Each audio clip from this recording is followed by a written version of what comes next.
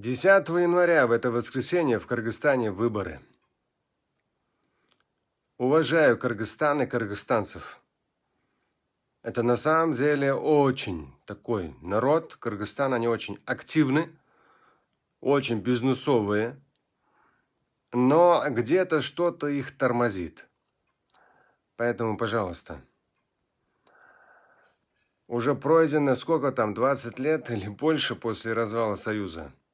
Вы обязаны просто, в том числе во благо своих детей, и в том числе и родителей, быть очень активными на этих выборах президента.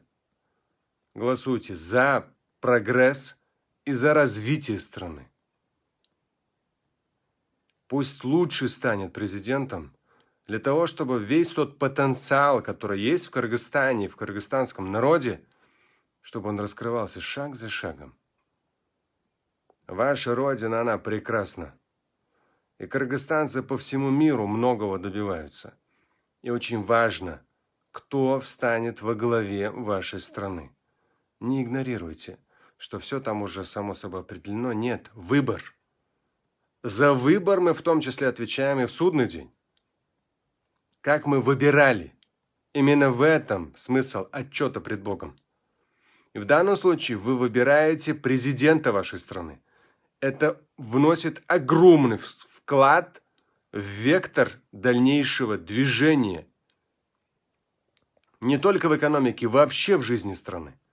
Будьте активны. Выбирайте прогресс и развитие.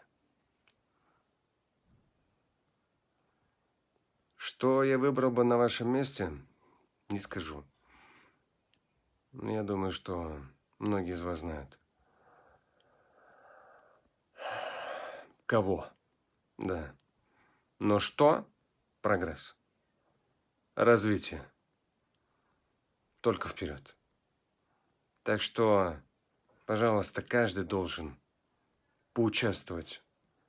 Каждый кыргызстанец, любой национальности, но должен поучаствовать в выборах для того, чтобы внести свой вклад. Не нужно говорить, мой голос не важен. Нет.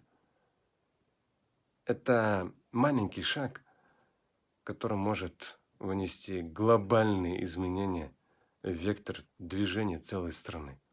Так что будьте активны. Спасибо.